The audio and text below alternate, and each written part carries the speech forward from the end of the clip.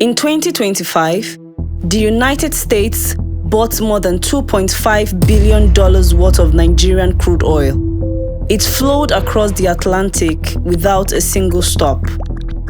But if you are a Nigerian entrepreneur trying to move your skills across that same ocean, the door is slamming shut. How Trump's new order is choking Nigeria's hustle economy.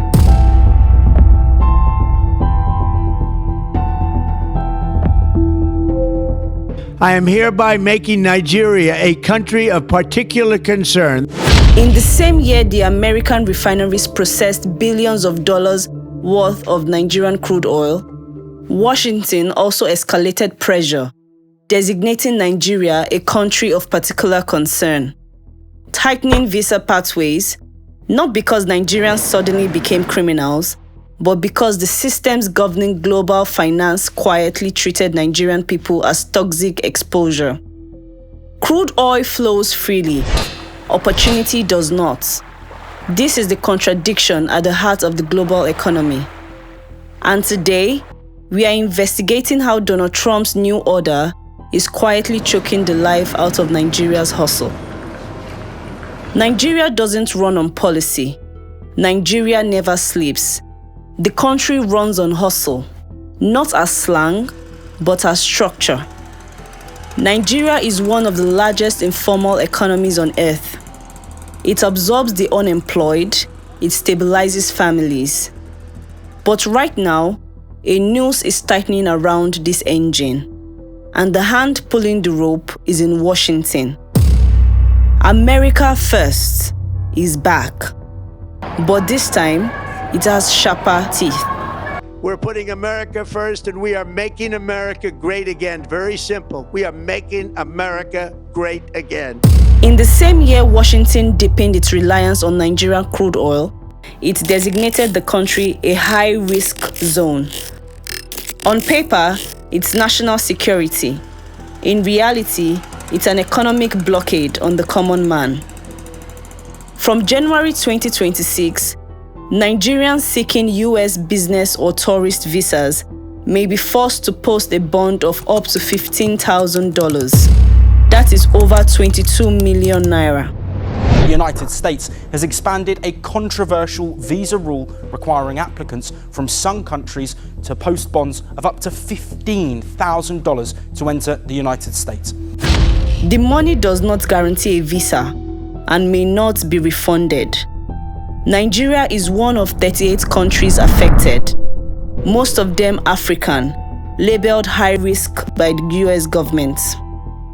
The pain goes deeper than travel ban.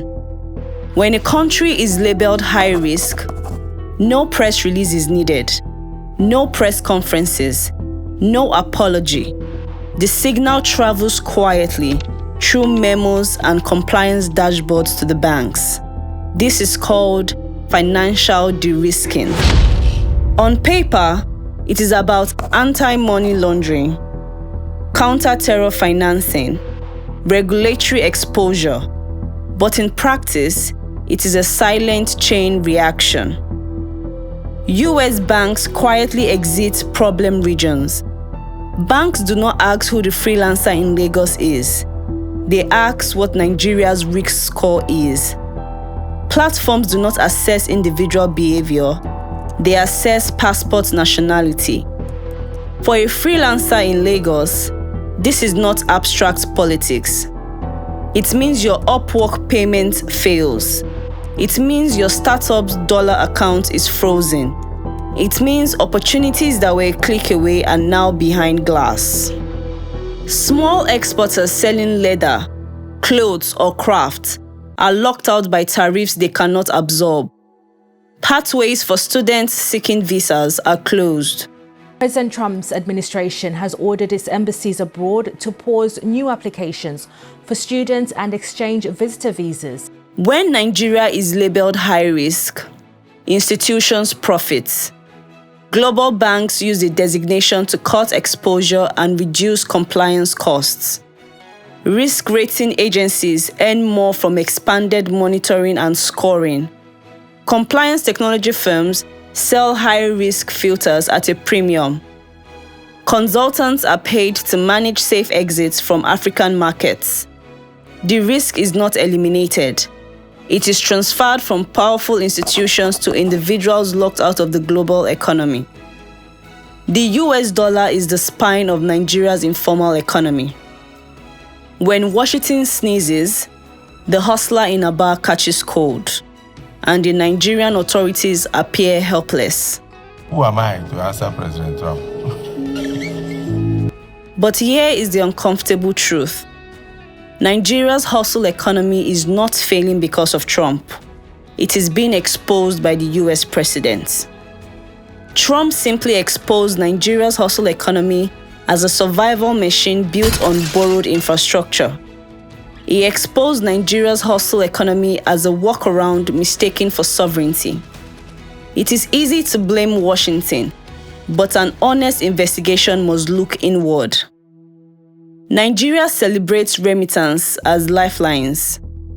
Why does Africa's largest economy rely on foreign remittance to survive? Meanwhile, Diaspora Day has kicked off with the federal government describing the remittance from the Diaspora Commission as one of the top sources of foreign exchange, amounting to $20 billion. For years, Nigerians compensated for state failure with ingenuity. They built parallel systems. They globalized informally. But globalization without power is not resilience. It is exposure. And Trump's America is reminding the world of that fact. Until Nigeria builds system it controls, the hustle remains vulnerable to decisions made elsewhere. But Nigeria is not alone. Across Africa, countries face the same US pressure, the same risk models, the same compliance rules, but the outcomes are different. In Kenya, fintech firms worked directly with US regulators to align reporting standards. In Rwanda, digital identity systems reduced uncertainty. In Morocco, trade corridors were formalized and insulated. In Egypt, strategic leverage turned compliance into negotiation. These countries were not favored. They were prepared. Nigeria's pain is real, but it is not inevitable. The difference is not hustle, it is leverage. In a global economy run on risk, hustle without structure is not power, it is exposure. In the end, the future of Nigeria's hustle economy won't be decided in the White House.